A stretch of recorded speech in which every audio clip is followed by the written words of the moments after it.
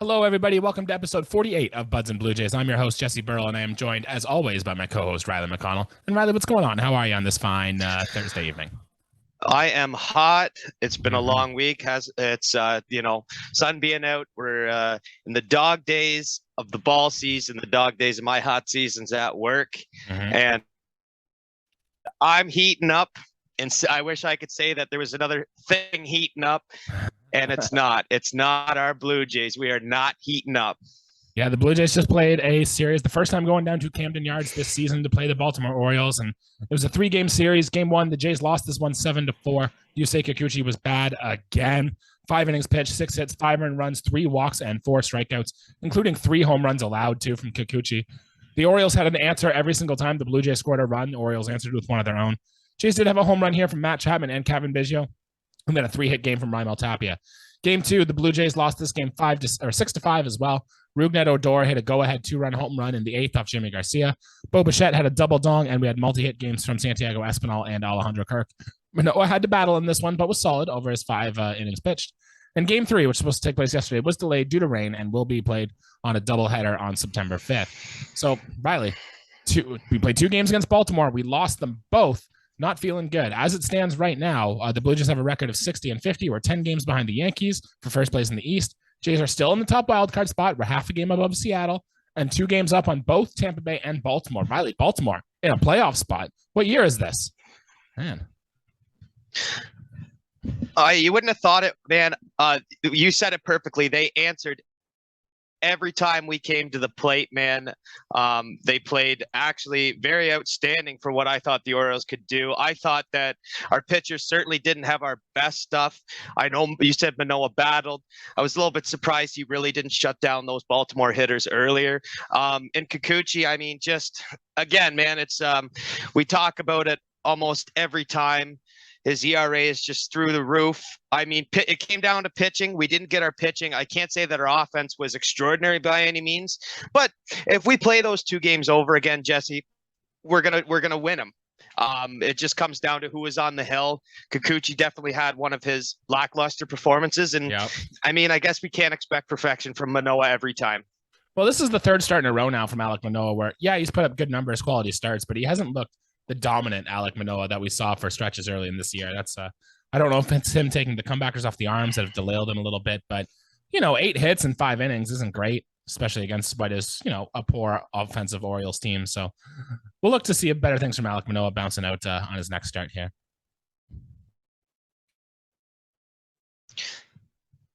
Yeah, he'll bounce back, man. I mean, he's had great stuff.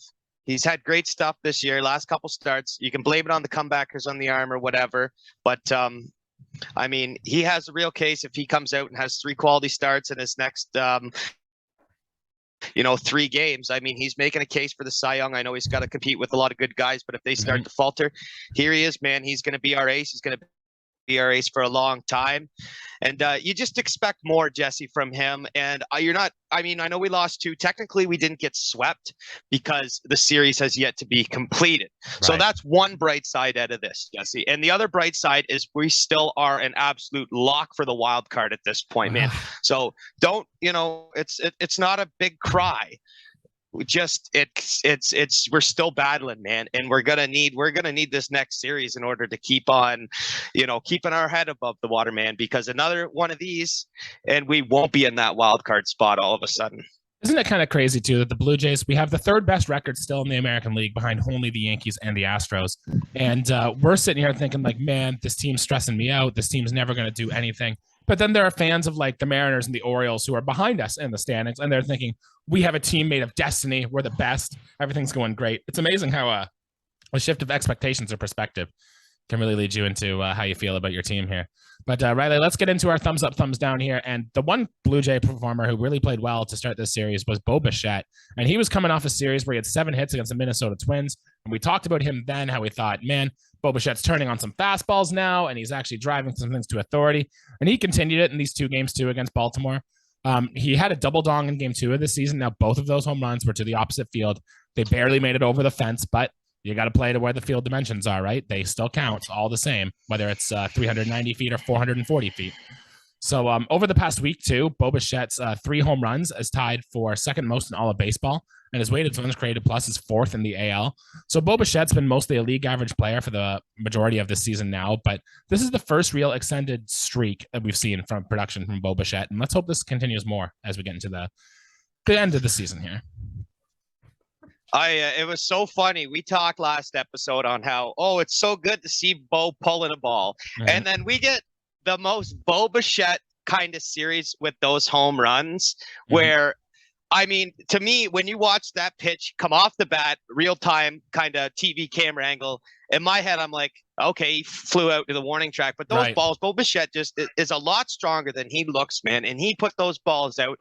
I mean, hey, it's great that he turned on the fastballs in the last series.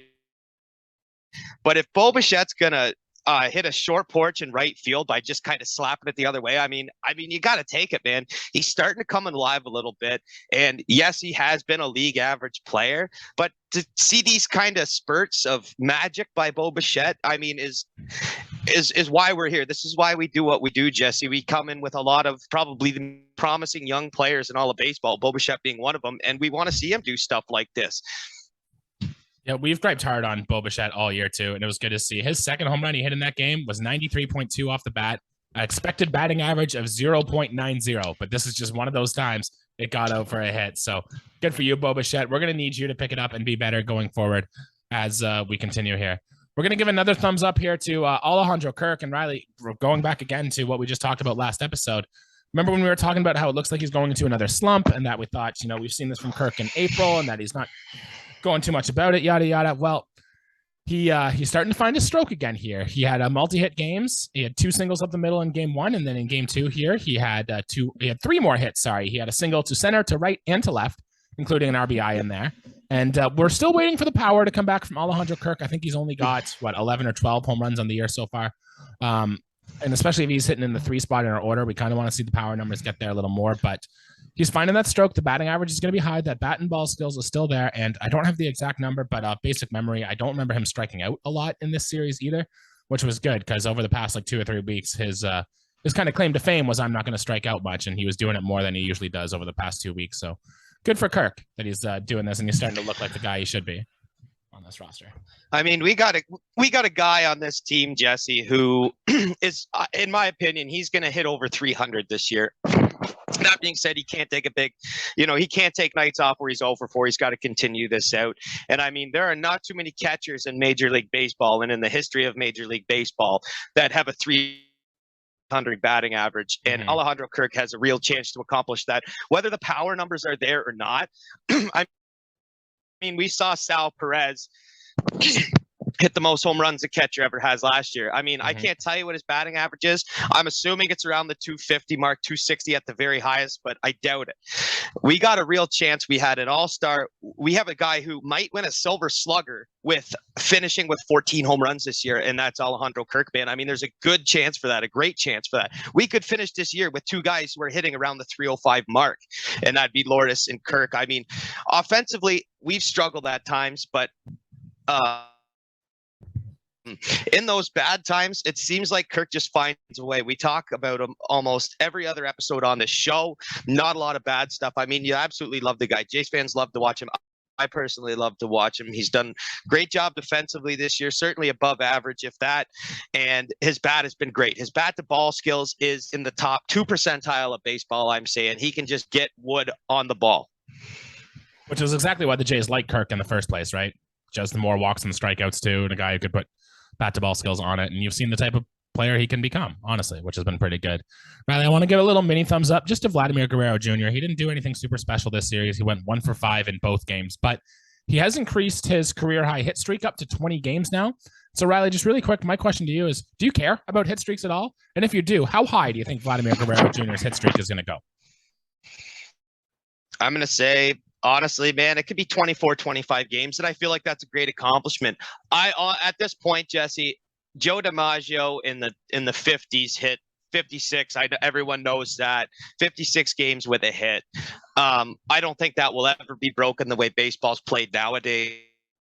Right. I mean, hit streaks are great. if he has a 30-game hit streak, I mean, that's something to really applaud, and we'll give him a mega thumbs up when that happens. But if we're not winning these ball games, I really don't care, Jesse. The personal accolades are great, but I want to talk about all 9 guys in the starting pitcher having excellent games. I mean, one guy, yeah, we'll give the mini thumbs up.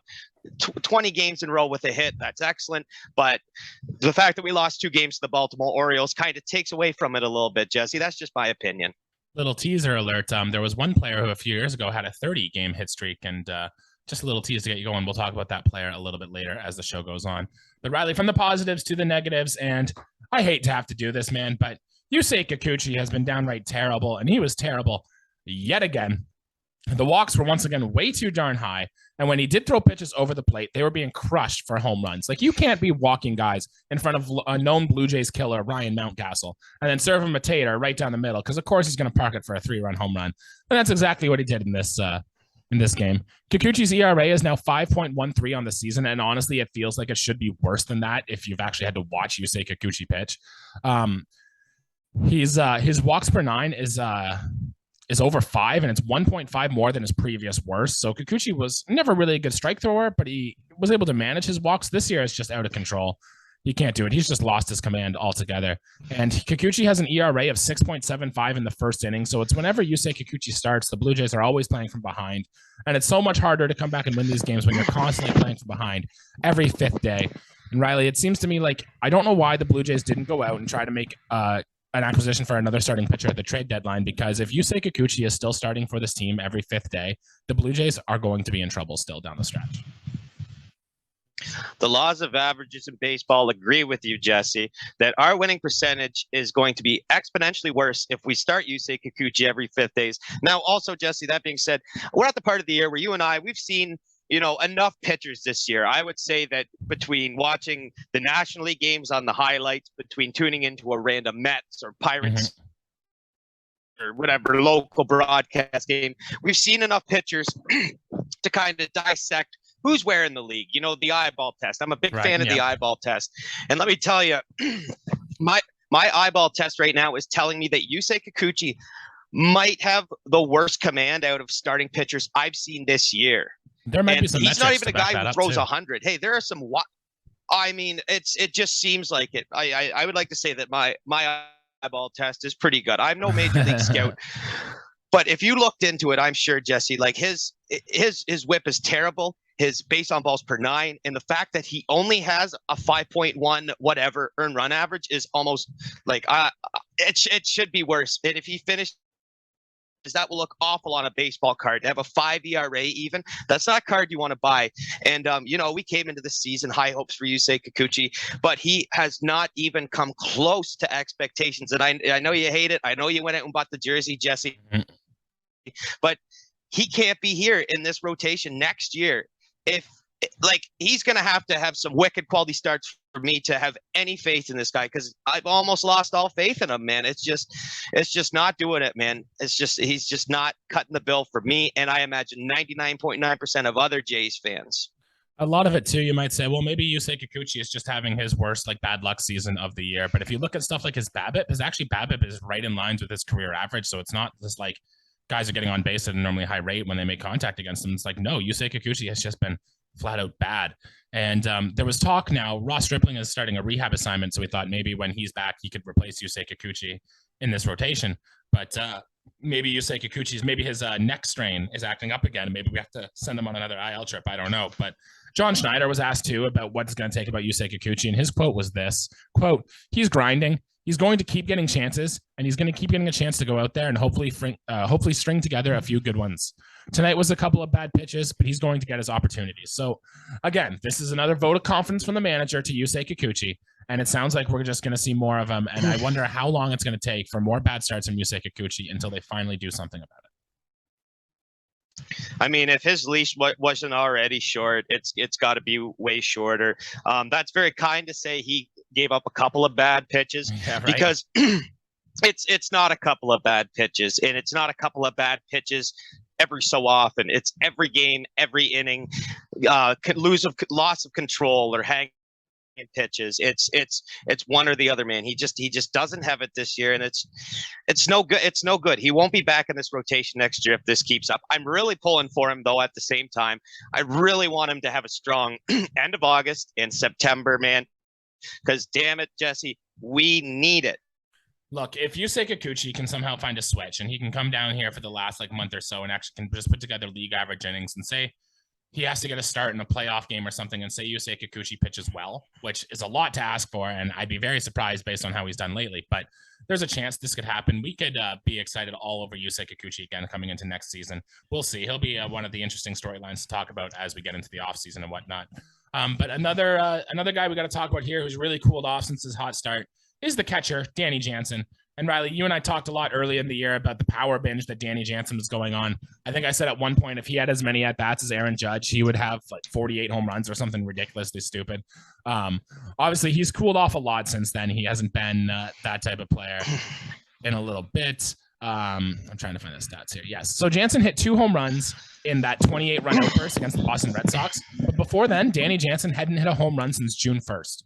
So if you take out that massive game where the Blue Jays were just destroying every pitch that they saw, Jansen's gone almost 2 months now without a home run, which is a little wild. I know injuries have been an issue that he's been battling, and maybe he's still dealing with these nagging injuries. It's a lot to be catching pretty much every day behind the plate there, but his season line now is down to 215, 275, 477 for a 104 WRC plus, and that's including the torrid start that Danny Jansen got on. So yeah, it makes you wonder if he's still dealing with his injury, or maybe that hot start was just a flash in the pan. What are your thoughts on Danny Jansen? I think it's a little bit of both, man, to be honest with you. Look, there's no way in any reality that Jansen's going to finish the year with 45 home runs. Let's be real. No, and but at the same time, too, I truly believe that Jansen has the ability to hit 20 for sure. Mm-hmm. Like if he plays the majority of starts, which he's not gonna, because Alejandro Kirk's in the lineup, but as the dual backstops for this club, I mean, they easily can supply the power. And yeah, as far as the injury goes, yeah, I'm sure he's still suffering a little bit. I mean, we saw it with Matt Chapman early in the year, and he came around. You know what? And I think we will see probably less of Danny Jansen the next little while. It wouldn't surprise me, especially with maybe a newcomer coming onto this ball club. I'm sure we'll see actually quite a bit less of Jansen, catching a few games here and there. But I think the winning strategy for the rest of this year, and I know a lot of people are on board with it, is to play Kirk. And Jansen situationally will be very good for us defensively and offensively. He's carried a good bat. We know what he can do. We know he can put up power numbers too. We've seen it, whether it was a hot streak or not. He started the year that way, and you know what? In key situations in the clutch, I'm sure he'll finish it that way. Yeah, I do think, too, that we're going to see Gabriel Moreno up with this team sooner rather than later, whether it's as a September call-up or if it's not before then. Because, the power numbers haven't been there for Moreno in the minors either. He's still proven that he can, at least hit for average and show good tools, good speed, and good stuff behind the plate, just to give Kirk more of a break and just to give Danny Jansen more of a break. I don't know if that's best for Moreno's development still, but, yeah, I'd assume you'd see him up here before the season's done, just to give Danny Jansen a little bit more of a break here. Yeah, Moreno will see some more playing time. I'm sure that. And I'm like, it'll go into next year. I'm sure that moves will be made in the offseason, but we're still going to see 3 catchers start games this year. And I'm sure Moreno will see a start. Yep. I know this is just a minor thumbs down tier 2 because Riley, no matter how much you and I try, we cannot control the weather. Although no matter how many dances we do and whatnot. But the rain delay in game 2 really seemed to hurt us. Zach Pop was coming in the top of the 6th to relieve Alek Manoah after he finished his 5th innings. And he got his warm-up pitches in. He was ready to go. He was getting ready to throw a first pitch when the umpires then decided to bring out the tarps and go for a rain delay. The Jays went into a lengthy rain delay, and when we finally came back, Anthony Bass was out on the mound. So even though Zach Pop didn't throw a pitch, he was technically recorded with an appearance and wasn't available to come in for the rest of the game. Now, that's not the reason Adam Simber gave up a run. That's not the reason Jimmy Garcia gave up a 2-run home run to Rougned Odor. But I just think if Zach Pop was available for this team later in the game, maybe they use him for an extra inning and then they bring in Bass, and maybe that game turns out a little differently. I don't know. Any thoughts there, Riley, on the rain delay and how it affected our team here? I can't control the weather, like you said, man. It's a little disheartening. I mean, no one wants to stop. I mean, it kills all momentum, man. I know as we're both position players, but as pitchers, it totally changes the aspect of the game, man. I mean, it's the flip of a coin at that point, how that game's going to turn out. And clearly, we called heads, and Baltimore took the tails. Right. We lost it, man. And you never, of course, like to see it. But, we got lucky in Minnesota. Maybe a call went our way in extra innings and, whatever, everything works out in the wash.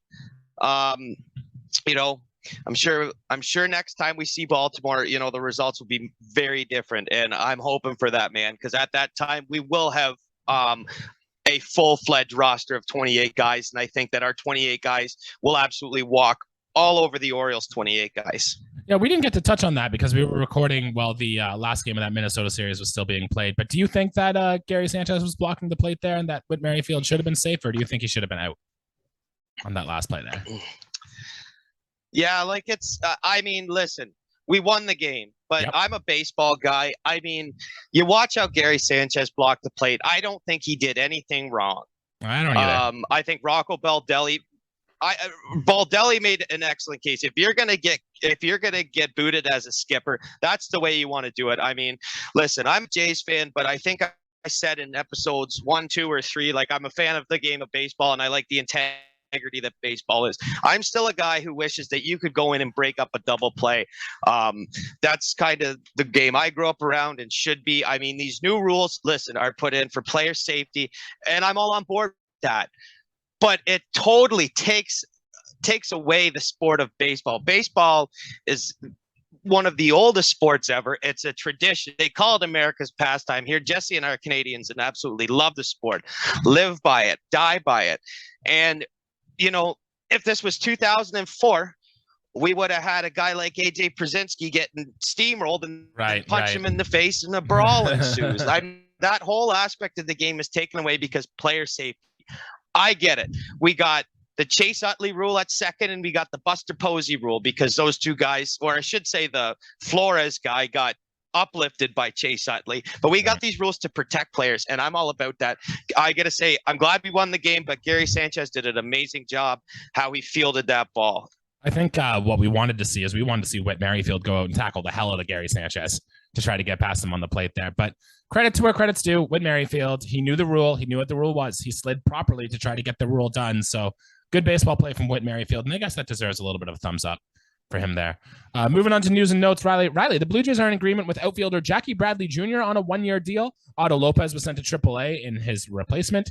Jackie's best tool is his speed and his defense. Now, we saw the Blue Jays were interested in Jackie Bradley Jr. in the offseason. There was actually a report from Ken Rosenthal that said the Blue Jays tried to trade Randall Grichuk in order to acquire Jackie Bradley Jr., but Milwaukee went with Boston's package instead. They went with Hunter Renfroe.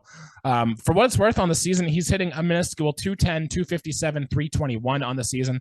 But for what it's worth, he does do some things well. He's one of only 6 batters this year who's hit a home run off Kevin Gausman. So I thought that was kind of interesting. And Jackie's best at hitting the 4-seam fastball. According to a stat called Run Values, he's the 7th best player in the game at hitting the 4-seam fastball, behind well-known sluggers like Juan Soto, Matt Olson, and Francisco Lindor, and just ahead of guys like Jose Ramirez, Paul Goldschmidt, and Kyle Tucker. But the problem is pitchers have been attacking Jackie Bradley Jr. with off-speed stuff, and it's been working. Jackie Bradley Jr. cannot hit that type of stuff at all. But there's a chance here. Maybe if he's coming off the bench and he's facing against a fastball-heavy pitcher, maybe Jackie Bradley Jr. can have some success. And maybe that's what the Blue Jays see here. Or maybe they know something in his game that they can change him. But it did not surprise me one bit when he became available that the Blue Jays tried to acquire Jackie Bradley Jr. I absolutely love this. It's about time George Springer has a suitable replacement defensively and even at the plate. I know that JBJ's numbers aren't backed up by, good numbers this year, but as a Jays fan, as a guy who's watched American League East baseball for, years now and know the division, I know what Jackie Bradley Jr. can do, in the field and at the plate. He certainly lost a lot of his ability to hit for contact. I never sought him out as a 300 hitter by any means, and even some of the power's gone, but his legs are still there, and his defense is excellent. He's going to give us such plus numbers out there. And yeah, late inning situations, if we got a fastball heavy guy coming on the mound for the opposition and, it's a right-hander, maybe we want to pinch hit a Merrifield or, whoever's at the plate. Well, certainly a Zimmer. I would hope that he would be starting over Zimmer, but anyways, you never know. But I really like this addition, man. I mean, we got a great veteran center fielder coming into this team, and I mean, it couldn't have came at a better time. We talked about outfield depth. No, we didn't get a Juan Soto. I mean, the price would have been just too heavy. But we got a freebie, and one of the best freebies I think you can get at this point. Obviously, you can't get the best for free, but at one point, Jackie Bradley Jr. was one of the most, elite center fielders of the game, primarily because of his defense. And I think, no matter he's going to give us wins above replacement, WAR, wins above replacement. He might only hit 220, 240 with us this year, but he's going to do great things out in the field. And like I said, we got to replace Zimmer. And if this is a guy that's going to take innings over him, sign me up for that. Yeah, there's no such thing too as a bad waiver claim, right? There's nothing. Worst case scenario, if it doesn't work, you just DFA him again, and you're no further behind than you were to start with. I'm excited to see Jackie Bradley Jr. He's going to wear number 25, which was Charlie Montoyo's number that he would wear here. And imagine telling yourself at the start of the year, showing that picture of Jackie Bradley Jr. wearing number 25, you'd have so many questions about what has gone on with his Blue Jays season to see that happen. So excited to see what JBJ can do. And as mentioned, he had a 30-game hit streak in, I think it was 2018, maybe 2017. So we know it's in there. It's just got to find it. And all accounts, he seems like he's excited to be here. And I'm excited to see him get into a game here coming up in this weekend series against Cleveland. Some other news and notes, Riley. Julian Merriweather made a rehab assignment with Dunedin. Now, he only pitched 1 inning, but he struck out 2. No hits, no runs, no walks in 14 pitches.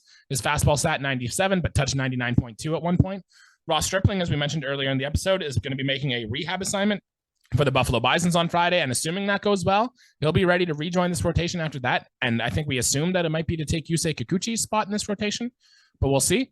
And Tim Meza started playing catch yesterday. Now, I say catch because he still has his dislocated in his catching arm, so he was able to throw, but he had to have somebody else catch the ball for him. So it still seems, I guess that's not really playing catch, but he was playing throw. Playing throw. Exactly. But he was there. He was getting some work, and the team is still hopeful to have him back by the end of the month, or if not early September. I would definitely lean towards September than at the end of the month, but Jays are going to need Tim Meza. He's another just big weapon out of this pen. Any major takeaways out of those three catch your eye? Yeah, certainly. I love having lefties in the bullpen. One of the reasons because I couldn't hit off him, and Tim Meza is another guy who's got good velocity and has seemed to, if he has a blow up, it's kind of few and far between. He's actually done quite well for our club this year. So, of course, you want him back. And, again, Stripling, get him back because he was a guy. It's been, the love-hate for this Blue Jays team this year has been our starting pitchers because I either love the guy or I hate the guy. Mm-hmm. I won't say who, I won't put names to it, but Ross Stripling more often than not have loved him on the hill because guess what? He's been the absolute dark horse. Saw him coming out of nowhere. And now I love him on the mound to start the game. I mean, you can't get this guy back fast enough for us, especially where we're at in the season, Jesse. I mean, starting pitching just far too important at this point. Yeah, and Ross Stripling has put together one of his best years, at least better than we thought he would coming into the year. So it's good to see from Ross Stripling. Riley, I don't have much prospect notes. It's just that Orioles Martinez can really crush baseball still. Jays held on to him. He's still in New Hampshire. He just hit his 25th home run of the year for the Fisher Cats. And then he hit 28 last year between high A and low A. So power bench is still there from Orioles Martinez. I don't think we're going to see him in the big leagues this year as he's still one of the youngest players in Double A. But maybe at some point next year, we'll see Orioles Martinez with the big club. Don't ruin the kid. Let him sit there, Jesse. That's all I have to say. He's a good young prospect for us. I mean, he'll be up. Yeah, Moreno's here this year. Let's only do one at a time, though. Let him play some July ball next year and see where he goes if he's ready for the September. He'll get his cup of coffee next year, Jesse, I'm sure. That's if we don't trade him in the offseason, but we'll see how that goes. Well, with that being said, Riley, the Jays now, they're going to return home. We're going to hopefully get back to our winning ways as we're getting a 3-game weekend series against the Cleveland Guardians. Jays played Cleveland earlier this year in the start of May, and this was the first time the Jays really had their first kind of downslide for a little bit of the season. Cleveland took 3 out of 4 against Toronto. I don't remember a lot about that series, but I remember Franmil Reyes, who had been terrible all year, actually got hot for a series, and he's been bad. He's been DFA'd now by Cleveland, but I remember he tore up the Blue Jays in that series, and they lost 3 out of 4. So we're hoping for a little bit better against Cleveland as we go into this series here. Game 1 is going to be Jose Barrios, who was supposed to start Game 3 of the doubleheader, but because of the rain out, they pushed it back. So he will now start at home, where the splits say Barrios performs much better. So I think that is a W there. Game 2 will be Kevin Gausman against Tristan McKenzie. And Game 3, as of now, says Yusei Kikuchi against Shane Bieber, but I'd imagine we will skip Yusei Kikuchi, maybe throw Mitch White in that place instead to take on Shane Bieber. And Riley, any thoughts on this series? How do you think we're going to do? And yada, yada. I think we're going to take 2 out of 3. They're going to be hard-fought games. And again, if we score 5 runs, who gives up 5 earned runs or 6 earned runs coming back here, Buds and Blue Jays Sunday night is getting a big old thumb right down. I can tell you that, Jesse, because I'd be watching for that kind of stuff, man. Yeah, they're coming back with, I like that McKenzie guy. He's pretty good too. And if they're throwing Shane Bieber, I know we've hit him well before, but you never know with ace pitchers like that, man. They could just light it up in no time. So it's a series we got to get on the bats. And again, you just hope, you just cross your fingers, Jesse, that 2 of our starting pitchers put up at least close to a quality start, man. And that's what we're going to hope for, right? I think this Blue Jays offense is going to do its thing against, some good pitchers for Cleveland. Tristan McKenzie and Shane Bieber are no slouches, but guys that the Blue Jays should be able to take care of here. And yeah, if the Jays can score 5 runs a game, like you said, I think the Blue Jays should be able to do quite well in this series. I'm thinking it's 2 out of 3 as well, but I kind of want to call a sweep, but I'm not feeling that confident. I think 2 out of 3 is the right way to go.